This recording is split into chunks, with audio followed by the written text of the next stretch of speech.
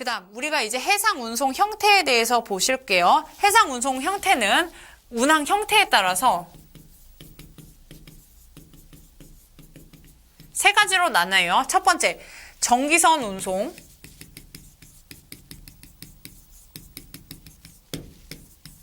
부정기선 운송.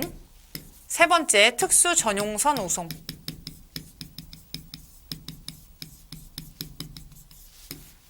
자, 세 가지를 기준으로 해서 공부를 하시면 되겠고요. 첫 번째는 정기선 운송에 대해서 보실게요. 보실게요. 보통 라이너라고 하고요. 정기선이란 요 단어를 보시면 돼요. 요 단어 기억하세요. 정기선이란 정해진 항로를 따라서 규칙적으로 지금 이렇게 끊어 읽고 있죠. 요 단어를 기억을 하시라는 내용이에요.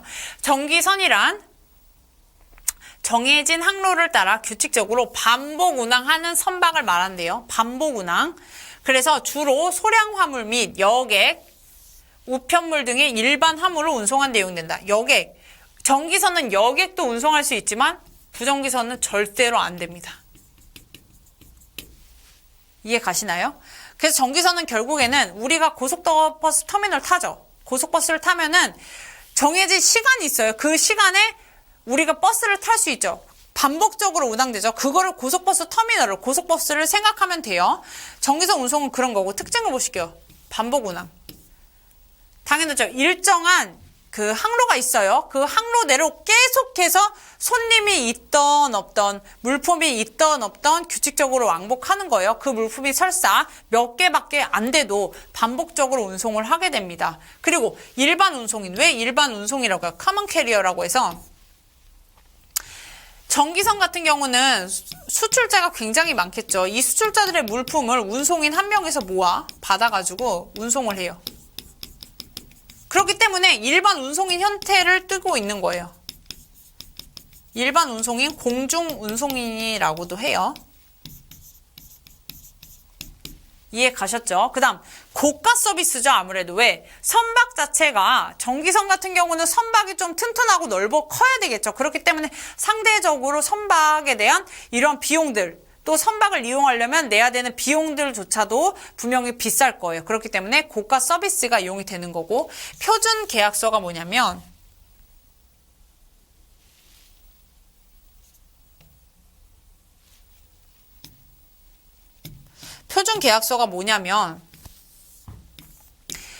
아까 일반 운송인에서 뭐라고 그랬죠? 수출자는 굉장히 여러 명이고 운송인은 한 명이에요. 예를 들어서. 그러면 표준 계약서가 있어야 되겠죠. 그 하나하나의 화주마다 계약서를 다 따로따로 적으면 어떻게 돼요? 진짜 오래 걸리겠죠. 그렇기 때문에 아예 선사 쪽에서 규정해 놓은 표준 계약서가 있습니다. 그 표준 계약서를 사용해서 어떻게 돼요? 계약을 하게 돼요. 그것이 뭐냐? 선화증권이에요. 이해 가셨죠? 선화증권을 결국엔 발행해 주는 걸로 인해서 선화증권은 정확히 뭐예요? 딱딱딱 어떻게 보면 약관이라든지 다 명시가 되어 있어요. 그렇기 때문에 표준 계약서를 이용하고, 운임표는 뭐예요? 운임표는 관계 당국에 의해서 운임표를 만들어줘요. 여러분들 요거 다 연계해서 생각하면 돼요. 규칙적으로 반복 운항이죠. 고속버스 터미널 가서 보면은 어떻게 돼요? 내가 예를 들어서 수원에서 천안을 간다. 수원에서 강원도로 가면은 그거에 대한 비용이 다 틀리죠. 그걸라고 생각하면 돼요. 그렇기 때문에 얘네는 반복 운항을 하기 때문에 운임표가 정확히 주어져 있어요. 어느 항구에서 어느 항구까지는 얼마, 어느 항구에서 또 어느 항구까지는 얼마씩 이렇게 운임표가 정확히 정해져 있습니다. 아셨죠? 그리고 대형 조직이다. 요 특징을 공부를 하셔야 되는 게 뭐냐면 부정기선과 차이점이 나왔을 때 찍을 수 있어야 돼요. 그렇죠? 그렇기 때문에 그냥 제가 봤을 때는 고속버스 터미널이라고 생각을 하시면은 될 것 같아요. 그런 식으로 연계돼서 공부를 하시면 될 것 같고, 이제 부정기선 운송을 볼게요. 용어 기억하시고요. 부정기선이란 운송 수요자의 요구에 따라서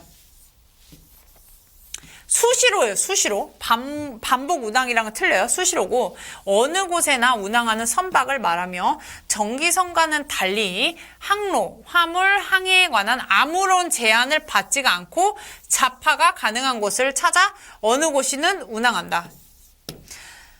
자, 보실게요. 전기선과는 완벽하게 틀려요. 얘네는 수시로고 불규칙적이에요. 한마디로 부정기선 하면 불규칙적이다 생각하시면 되고, 여객을 운송한다 안 한다? 자, 특징을 보실게요. 대상 화물은, 자, 전기선 같은 경우에는 2차죠. 2차 일반 공산품. 근데 부정기선 같은 경우는 산물이죠. 산물. 벌카고 같은 거. 뭐 광석, 광물, 모래, 원단, 이런 것들. 이런 것만을 대상으로 합니다. 부정기선, 전기선이랑은 완벽하게 틀리죠. 그 다음 운임. 운임은 상대적으로 저렴하고요. 또 뭐예요? 당사자 간 계약에 따라서 결정.